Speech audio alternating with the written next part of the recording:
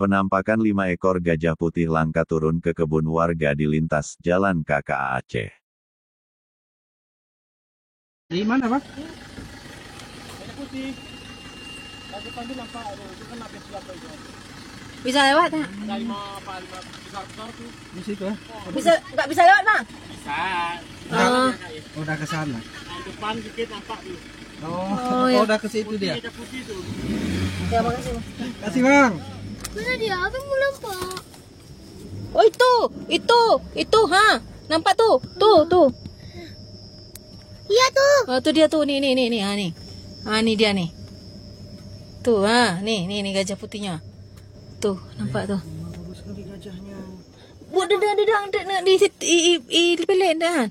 Ayah. Dia aja balik lagi nih. Apanya? Gajah.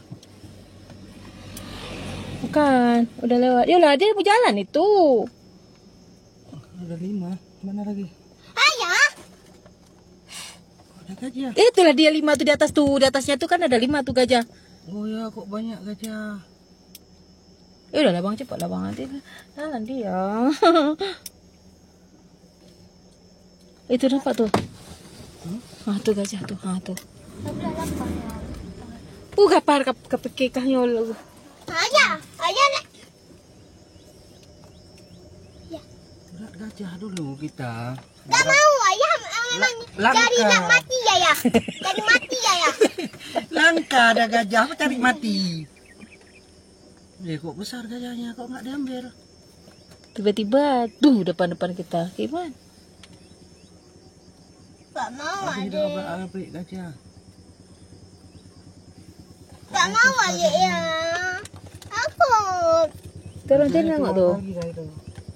Gajah putih tuh di atas tuh ada satu tuh. Tuh. Ini kan satu nih. Ini satu nih. Ini satu. Ini atasnya lagi ada nih. Ayah mana ini? Di atasnya lagi nih. Ini satu. Betul. 1, 2, 3, 4, 5. Betul. Tuh gajahnya.